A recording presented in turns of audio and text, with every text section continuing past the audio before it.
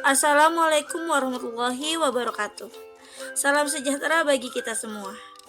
Saya Indah Budiningtia dari SMP Negeri 16 Kota Tangerang Selatan, calon guru penggerak Provinsi Banten, angkatan ke-7. Saya akan menampilkan video tentang diseminasi budaya positif di sekolah untuk memenuhi tugas aksi nyata dari modul 1.4. Selamat menyaksikan. Assalamualaikum warahmatullahi wabarakatuh. Waalaikumsalam warahmatullahi wabarakatuh. Selamat pagi Bapak Ibu semua. Salam sejahtera untuk kita semua. Saya Indah Budiningtia, calon guru penggerak Provinsi Banten angkatan ke-7. Pada kesempatan kali ini izinkan saya untuk menyampaikan tentang budaya positif. Kali ini saya lakukan untuk mempublikasi aksi nyata yang telah saya lakukan dari kegiatan pendidikan guru penggerak di modul 1.4. Nah, sebelum kita mulai, ada satu pertanyaan yang saya ingin sampaikan kepada Bapak Ibu. Apakah Bapak Ibu pernah melakukan kebiasaan positif di kelas? Sering. Ya. Bu Yesi, contoh kebiasaan positif yang telah Bu Yesi lakukan di dalam kelas bisa disebutkan? Makasih ya. Mungkin semua teman kita kan sudah pernah melakukan satu. Kalau kita masuk kelas kita berikan salam, terus melihat ke lantai. Udah piket belum? Akan mereka sudah Bu. Alhamdulillah bagus. Ya. Karena kebersihan itu sebagai iman. Itu lagi. Terus kita cek absen. Terus siapa yang nggak masuk semua. Alhamdulillah. Itu kan berarti bentuk positif kita menghargai. Terima kasih sudah hadir. Ada lagi misalnya kita udah mereka bertanya, kita beri tanda ibu beri nilai nih pakai plus atau pakai tanda bintang. Kalau positifnya kecil itu membuat anak jadi mencari kita atau ingin lagi diajar oleh kita, walaupun itu anak yang ilmunya atau yang di bawah ya, maksud ibu pengetahuannya tidak semampu yang pintar, tapi saat kita menghargai mereka dalam bentuk yang kecil, hasilnya itu nanti mereka lebih menghargai kita. Itu saja kali ini. Terima kasih Bu Yesi, bagus sekali kebiasaan positif yang telah Bu Yesi lakukan di kelas. Jadi Bu Yesi tidak hanya menanyakan kenapa sudah piket atau belum, tapi juga memberikan nilai yang terkandung di dalam kegiatan yang Bu Yesi tanyakan. Ada Bapak Ibu lagi yang mau memberikan kebiasaan positif yang sudah dilakukan di kelas? Silakan pengendali. Terima kasih Bu Ida untuk kebiasaan di kelas yang saya lakukan untuk kegiatan kebersihan kelas. Pertama saya membuat jadwal, bukan kami yang buat tapi kita biasakan supaya siswa itu sudah bisa membuat jadwal untuk piket. Nah, piket sini mereka untuk tanggung jawab setiap siswa itu terdiri dari satu kelompoknya misalkan 6 orang. Itu dia memberikan kebiasaan membersihkan kelasnya supaya nanti kelas itu betul-betul bersih. Kemudian dari kebersihan kelas kita juga ngecek semua tentang kelengkapan kelas, misalnya ada gambar presiden, ada gambar lambang negara kita. Itu yang saya lakukan untuk kebiasaan positif keterangan siswa. Terima kasih. Terima kasih Pak Mudari. Berarti Pak Mudari sudah memberikan kepercayaan kepada murid untuk membuat jadwal piket yang nantinya mereka dapat bertanggung jawab pada apa yang telah mereka buat. Benar Pak Mudari seperti itu? Nah, kebiasaan positif yang telah Bapak Ibu lakukan di dalam kelas yang nantinya akan berkelanjutan dan akan membentuk suatu budaya yang budaya positif itu dinamakan sebagai budaya positif. Jadi secara tidak langsung dengan Bapak dan Ibu yang sudah memberikan kebiasaan-kebiasaan positif nanti akan membentuk budaya positif pada anak-anak kita nanti yang nantinya kita harapkan memiliki karakter yang kuat seperti yang sudah diberikan pemerintah, yaitu adalah profil pelajar Pancasila. Ya, lalu kita lanjutkan. Nah, pada kegiatan kali ini ada beberapa konsep yang akan saya sampaikan. Yang pertama adalah disiplin positif, yang kedua adalah nilai kebajikan, yang ketiga adalah kebutuhan dasar manusia, yang keempat adalah motivasi perilaku manusia, yang kelima peran kontrol guru, dan yang keenam adalah segitiga restitusi. Nah, sekarang kita mulai saja ya. Nah, yang pertama ini adalah teori kontrol. Teori kontrol ini terdiri dari 4 poin. Poin yang pertama adalah ternyata guru itu tidak dapat mengontrol murid. Jadi pada awalnya mungkin anak murid tersebut tidak sadar bahwa kita kontrol. Tapi kemudian pada saat mereka sadar, bisa saja mereka memberontak. Jadi sebenarnya kita itu tidak dapat mengontrol murid. Nah, yang kedua yaitu adalah kritik dan membuat orang merasa bersalah, tidak dapat menguatkan karakter. Kan kadang kita membuat mereka merasa bersalah, misalkan kok kamu gitu sih sama ibu, atau kok kamu gak kasihan sama ibu. Ternyata hal-hal kecil yang seperti itu tidak dapat membuat karakter mereka menjadi kuat, malah membuat mereka merasa gagal dan merasa salah. Jadi mereka akan merasa bersalah pada dirinya sendiri atau merasa gagal, tidak bisa, nanti akhirnya menjadi rendah diri. Lalu poin yang ketiga yaitu tidak semua penguatan positif efektif dan bermanfaat. Jadi kadang reward yang kita berikan kalau secara berlebihan itu ternyata tidak memberikan tidak berjalan efektif atau bermanfaat. Bahkan ada penghargaan yang kita berikan ternyata menjadi hukuman bagi mereka. Lalu yang keempat adalah orang dewasa tidak melihat untuk memaksa. Jadi misalkan anak tersebut memang tidak dapat mengerjakan matematika, jadi dipaksa terus. Nah, kita tidak dapat memaksa anak tersebut untuk sesuai dengan keinginan kita. Mereka memiliki bakat dan keterampilannya masing-masing. Jadi kita sebagai guru memang mendapatkan peran sebagai penuntun, bukan menuntut anak sesuai dengan yang kita mau. Jadi ini adalah teori kontrol dari Dr. William Glasser.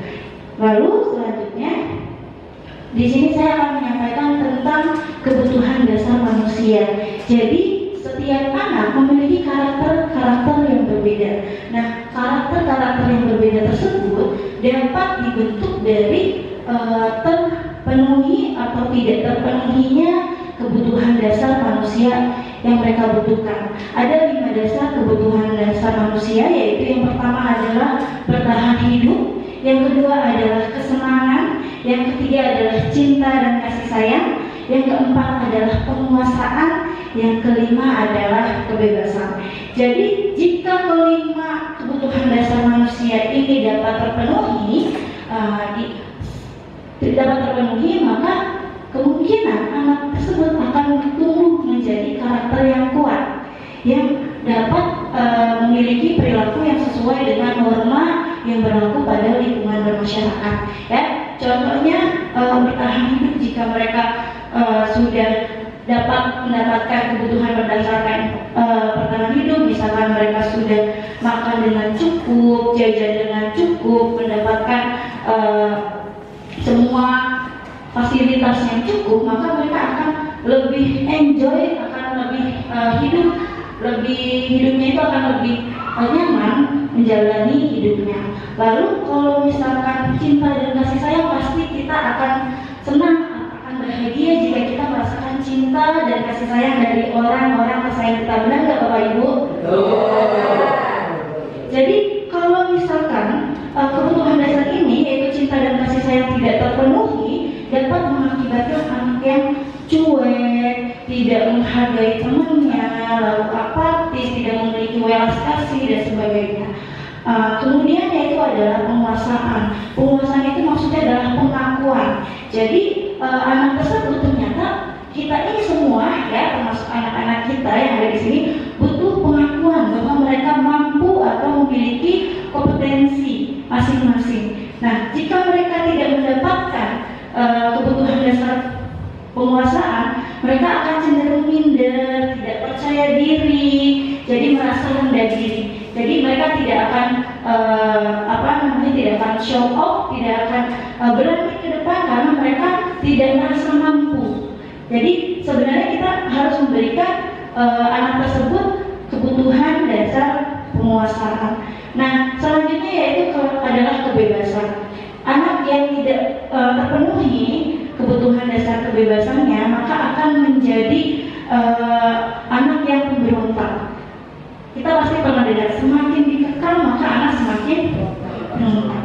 Ya, jadi kalau anak tidak mendapat kebebasan, bisa jadi mereka pada saat kegiatan pembelajaran kita malah suka kabur gitu, misalkan ya, kabur dari kelas atau karena mereka merasa tidak bebas, terkekang saat pelajaran kita. Lalu kesenangan, kalau mereka tidak merasakan tidak terpenuhi kesenangannya, maka mereka akan merasa tidak bersemangat dalam menghadapi hari kegiatan pada hari tersebut. Ya, jadi kebutuhan 5 dasar inilah yang terpenuhi yang nantinya dapat menguatkan karakter anak. Jika tidak terpenuhi, maka bisa jadi anak tumbuh menjadi karakter yang tidak sesuai dengan norma yang berlaku pada lingkungan. Contohnya misalkan dia tidak mendapatkan kebutuhan bertahan hidup, bisa jadi mereka menjadi anak yang mencuri barang temannya. Misalkan dia di sekolah nggak jajan, lapar, terus pengen jajan, maka kalau dia melihat kesempatan, dia bisa saja mengambil uang temannya karena kebutuhan dasar bertahan hidupnya tidak terpenuhi. Jadi sebisa mungkin kita sebagai guru, ibu dari anak-anak kita di sekolah, ibu dan bapak dari anak-anak kita di sekolah ini dapat memenuhi kebutuhan dasar manusia pada anak. Selanjutnya nilai kebajikan. Jadi jika anak-anak tersebut merasa terpenuhi kebutuhan dasar manusianya, maka anak-anak tersebut bisa tumbuh menjadi karakter kuat yang dapat menunjukkan perilaku yang mempunyai nilai-nilai kebajikan. Jadi nilai-nilai kebajikan adalah sifat-sifat positif manusia yang merupakan tujuan yang mulia yang ingin dicapai setiap individu. Setiap kegiatan yang kita lakukan yang bersifat positif pasti memiliki nilai-nilai kebajikan. Tadi seperti yang sudah kamu dari lakukan, berikan anak membuat jadwal, itu Pak Mudari sudah membuat anak merasa bertanggung jawab apa yang sudah dilakukan. Lalu seperti Bu Yesi menanyakan piket atau tidak. Nah, itu juga bisa karena kita harus memberikan ruangan yang nyaman bagi anak-anak belajar. Seperti tadi Bu Yesi bilang, yang kebersihan itu sebagian dari iman. Nah, itu juga merupakan nilai kebajikan yang tertanam dalam perilaku tersebut. Nah, sekarang kita masuk ke disiplin positif. Jadi disiplin itu adalah suatu bentuk kontrol diri, yaitu belajar untuk kontrol diri agar dapat mencapai suatu tujuan mulia. Jadi melakukan hal-hal yang positif yang berdasarkan dari motivasi dirinya sendiri tanpa dapat motivasi eksternal dari orang lain, itu merupakan disiplin positif. Nah, bagaimana anak itu dapat melakukan disiplin positif tanpa faktor eksternal? Biasanya kan kalau misalkan anak kerjain PR, menurut Bapak Ibu itu karena apa itu? Rasa takut dengan guru. Iya, takut. Nah, itu sebenarnya bukan disiplin positif karena bukan berasal dari diri sendiri, tapi karena takut. Iya, karena takut sama gurunya, takut dihukum. Ya, jadi itu bukan motivasi dari dirinya sendiri. Itu bentuk disiplin, tapi bukan dari dirinya sendiri, dan itu yang nantinya tidak kuat, sehingga anak-anak itu akan melakukan perilaku yang baik itu bukan untuk menghargai dirinya, tapi karena ada faktor eksternalnya. Lalu bagaimana sih kita membuat anak-anak kita dapat melakukan kegiatan yang positif atau melakukan disiplin positif tanpa bantuan dari motivasi Di sini saya memiliki contoh, yaitu adalah keyakinan kelas yang saya lakukan pada kelas 8J sebagai bentuk aksi nyata dari disiplin positif. Kita belajar sebelumnya, mari menjawab.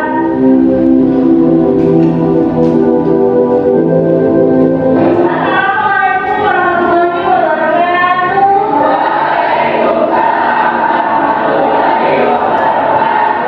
Selamat pagi anak semua. Bagaimana kabarnya ini?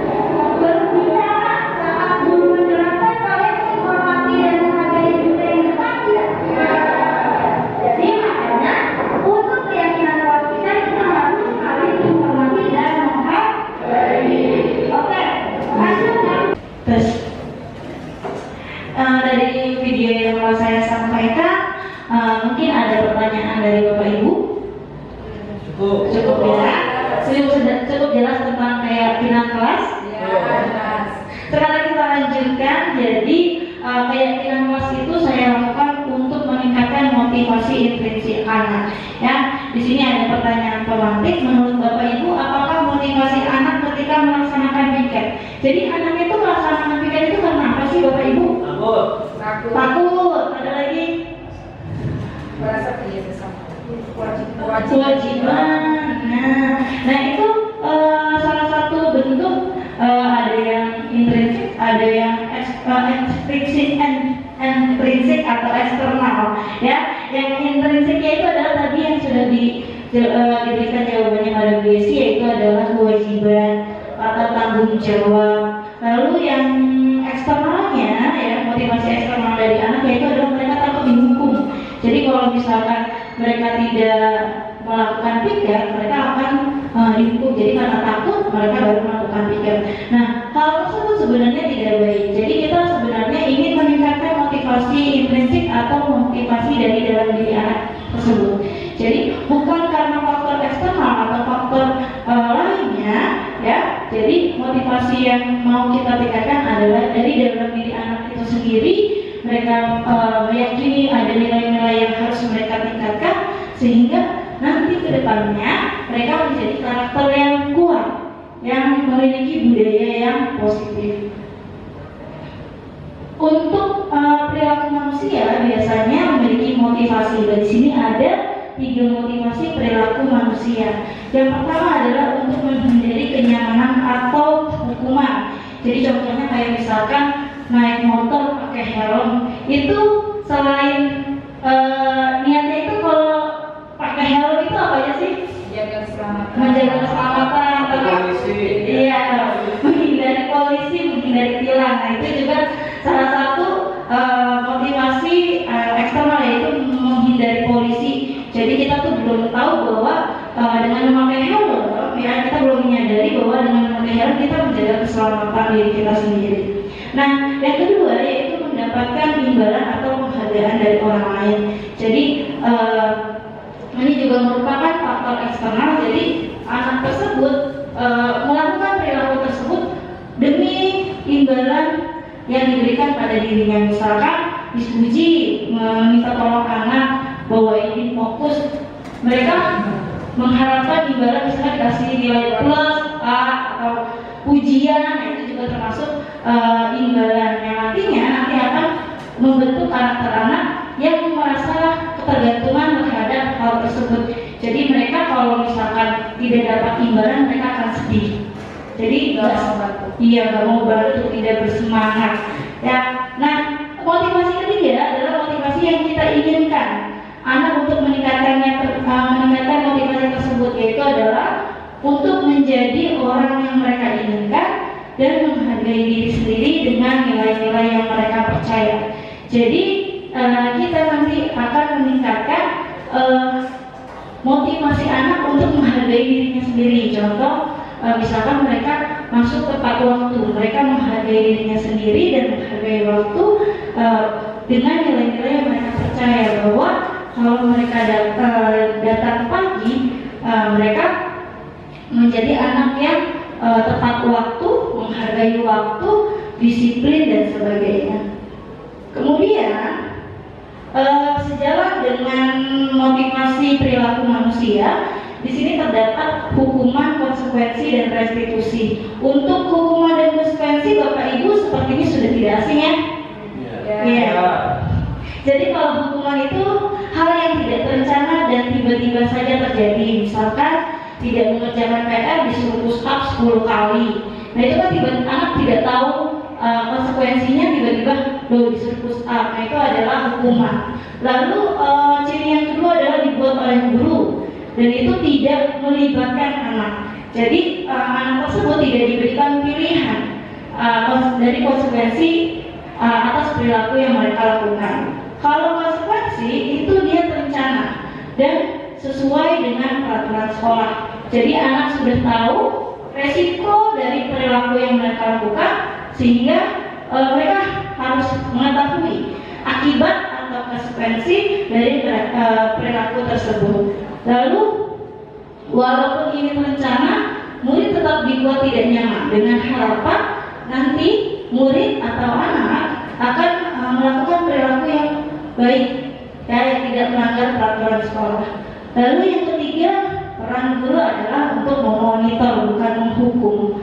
Nah, yang ketiga itu adalah restitusi, di mana restitusi ini adalah proses menciptakan kondisi bagi murid untuk memperbaiki kesalahan mereka. Jadi di sini anak dilibatkan untuk memperbaiki kesalahan mereka.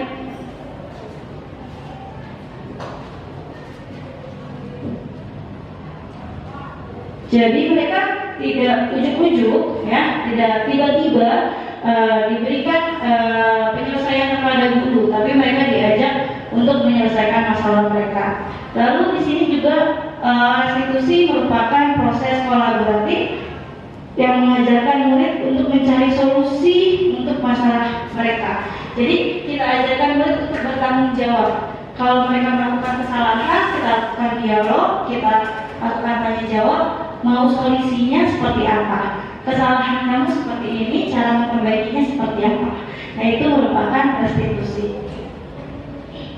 Nah, kemudian sejalan dengan restitusi tersebut, guru ini memiliki peran 5 posisi kontrol, yaitu sebagai penghukum, pembuat bersalah, teman, pemantau, dan manajer. Nah, penghukum biasanya akan langsung memberikan hukuman. Misalkan ada anak yang terlambat, Risa, kamu terlambat, lari 10 kali. Nah, itu menghukum. Jadi menggunakan nada-nada yang keras, nada-nada yang tinggi.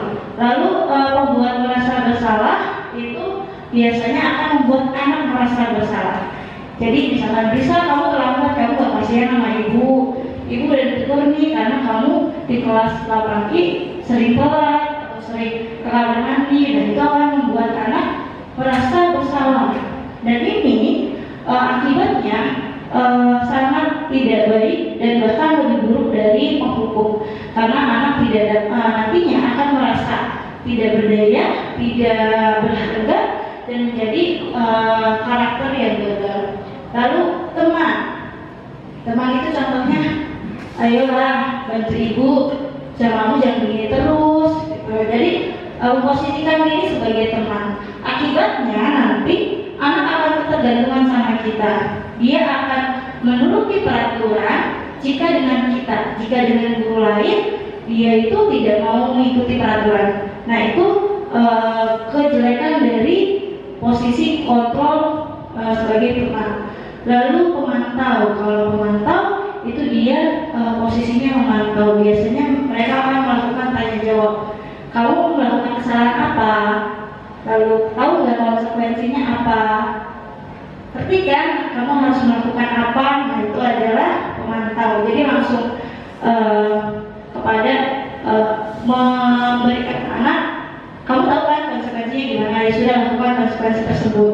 Nah, untuk manajer, posisi inilah yang saya harapkan nantinya kita sebagai guru dapat meningkatkan peran kita sebagai manajer untuk menyelesaikan masalah pada anak, yaitu caranya dengan menanyakan kenapa kamu melakukan ini, alasannya seperti apa, karena kan setiap perilaku itu pasti ada alasannya. Benar kan Bapak Ibu ya? Nah, manajer itu nanti akan melakukan dialog terhadap anak, melakukan proses musyawarah kepada anak sehingga nanti dapat menemukan solusi dari kesalahan yang telah mereka perbuat. Jadi nanti mereka memperbaikinya dengan kita berdialog, lalu mereka menentukan apa solusinya. Nah, dalam melakukan restitusi ini ada 3 tahapan yang dinamakan sebagai segitiga restitusi. Yang pertama adalah menstabilkan identitas, yaitu kita pasti anak itu pada saat melakukan kesalahan jangan kita langsung judge anak ini nakal, anak ini tidak baik atau sebagainya, karena kesalahan itu, jadi kita juga sama pernah melakukan kesalahan, benar nggak Bapak Ibu? Kita manusia pernah melakukan kesalahan, anak juga manusia melakukan kesalahan. Jadi jangan membuat anak merasa tidak berharga. dulu identitasnya, bangkitkan dulu percaya dirinya dengan mengatakan, kamu tahu kesalahan kamu apa? Nanti tanyakan juga, bilang juga bahwa kamu salah, tapi ibu juga manusia pernah melakukan kesalahan. Atau kalau misalkan ada dua anak yang memiliki kesalahan, jangan ditunjuk anaknya mana yang salah, tapi diskusikan. Kita tidak mencari siapa yang salah, ya. Perbuatan ini salah, perbuatannya ya, perbuatannya salah, tapi kita manusia pasti pernah melakukan kesalahan. Setelah kita menstabilkan identitas, membangkitkan rasa percaya diri anak, kemudian kita lakukan validasi tindakan yang salah, yaitu menanyakan kenapa kamu melakukan hal ini, adakah cara yang lebih efektif untuk mendapatkan apa yang kamu butuhkan, apakah perbuatan ini sesuai dengan keyakinan yang kamu percayai. Nanti setelah melakukan dialog, iya Bu, perilaku saya tidak menunjukkan sesuai yang saya percayai. Baru nanti kita melakukan tahap yang ketiga, yaitu menanyakan keyakinan, yaitu dengan menanya, apakah dari perilaku ini keyakinan mana yang kamu langgar, sehingga anak tahu nilai kebajikan apa yang mereka langgar dari perilaku tersebut. Nah, kemudian tidak berhenti sampai di situ, kita lakukan juga proses dialog. Gimana nih cara kita menyelesaikan masalah ini? Kamu punya solusi nggak dari masalah ini? Nah, itu adalah tahapan dari segitiga restitusi. Kemudian di sini ada contoh penerapan segitiga restitusi yang telah saya lakukan. Silakan ditonton dulu Bapak Ibu. Di sini ada video.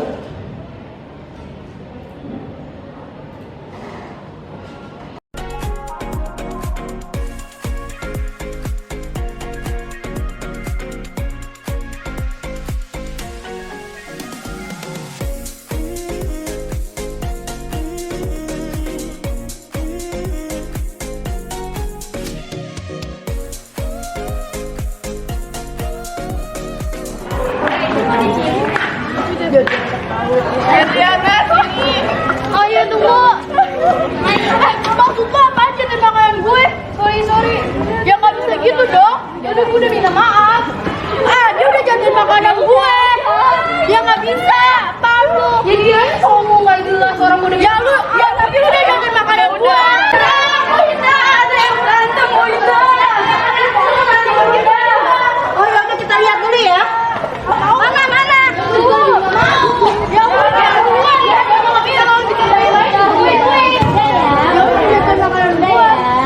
Udah sekarang lagi sama Berliana ikut ibu ya. Yuk.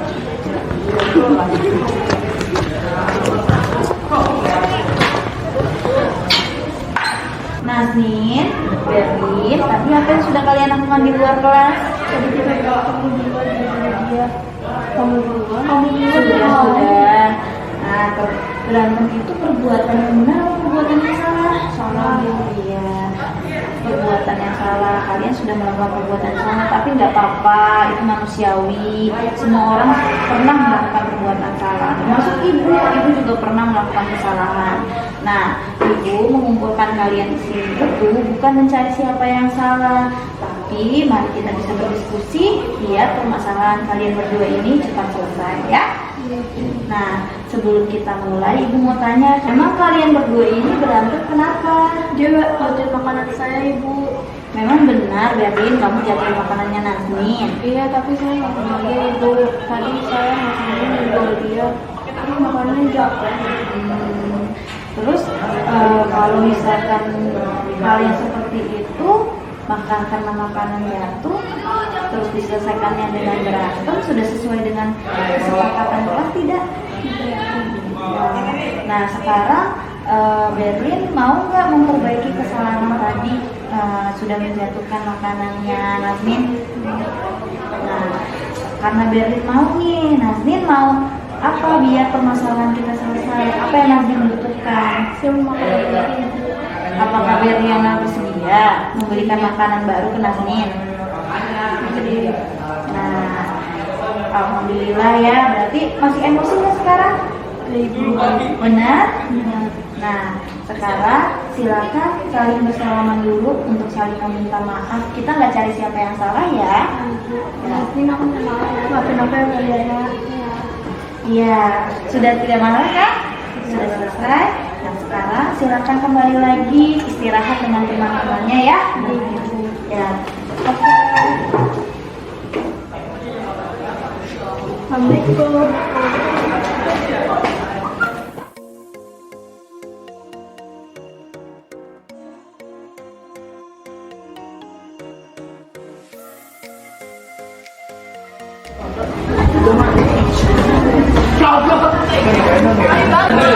Dinda, Dinda. Oh, Dinda, sepatunya kemana? Bu, di kelas kenapa tidak dipakai? Kelas Bu, Dinda. Kalau maling itu perbuatan yang benar apa yang salah sih, Dinda? Salah. Nggak apa-apa. Semua orang pernah melakukan kesalahan. Dinda juga pernah. Tapi Dinda, kalau keluar kelas, kalau pakai sepatu itu sudah sesuai dengan kesepakatan sekolah itu tidak? Nanti kalau misalnya Dinda keluar tanpa pakai sepatu, nanti aja udah saja gimana kakinya terluka. Nah sekarang Dinda kalau keluar kelas pakai sepatu tidak? Nah sekarang Dinda kalau begitu apa yang Dinda akan lakukan sekarang? Iya. Nah Dinda tahu nggak kenapa Dinda harus pakai sepatu? Karena kalau nanti kakinya tapi ya Dinda ya, kalau keluar setelah pakai sepatu juga ya Dinda ya. Oke. Ya udah Bu, saya kelas dulu ya, pakai sepatu. Iya, pintar ya. Dan Dinda sekarang kembali ke kelas ya Dinda.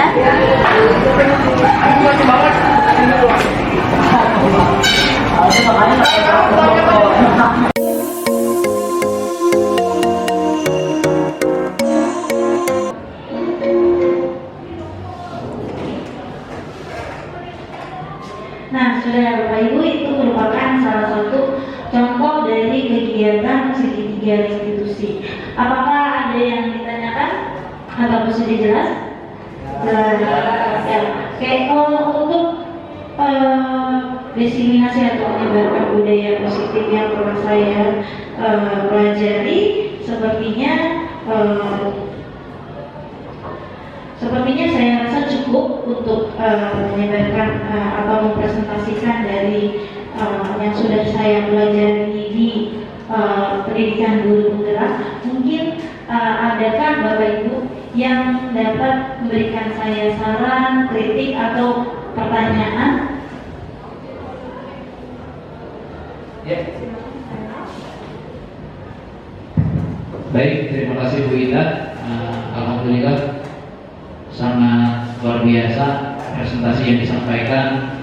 Semoga apa yang telah dipaparkan bisa kita aplikasikan dalam kegiatan sehari-hari di sekolah ya. Saya tidak akan memberikan kritik atau apapun, tapi hanya yuk mari kita bersama-sama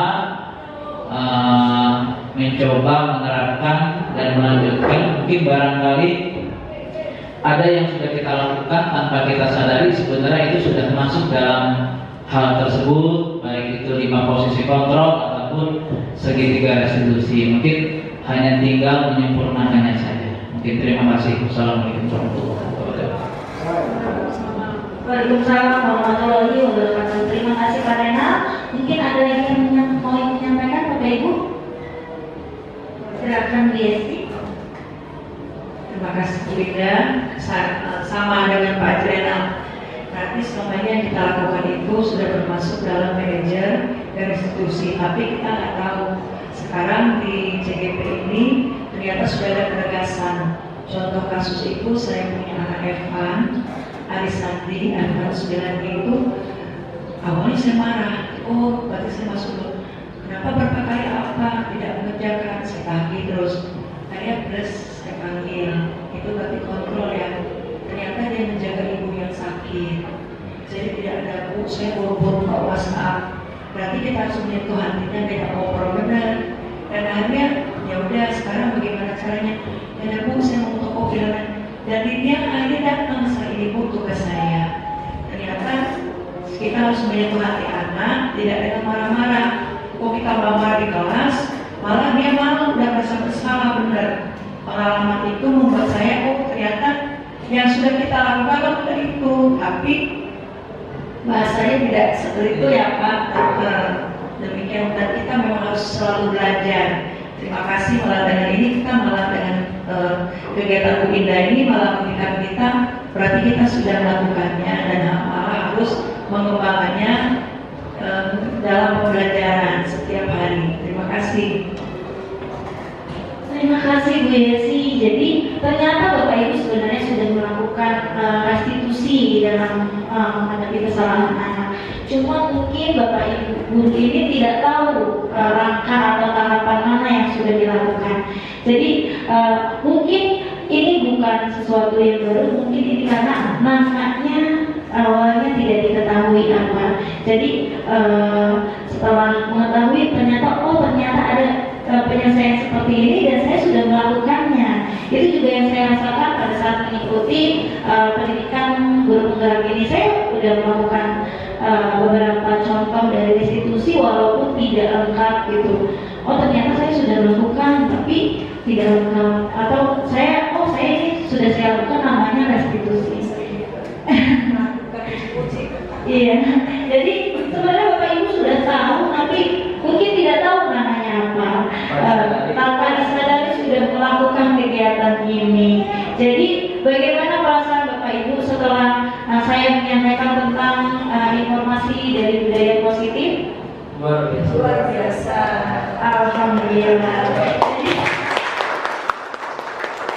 Jadi sepertinya saya cukupkan sampai di sini Bapak Ibu. Terima kasih sudah menemani saya dalam mempresentasikan budaya positif ini. Sepertinya saya tutup. Kurang lebihnya mohon maaf. Wassalamualaikum warahmatullahi wabarakatuh.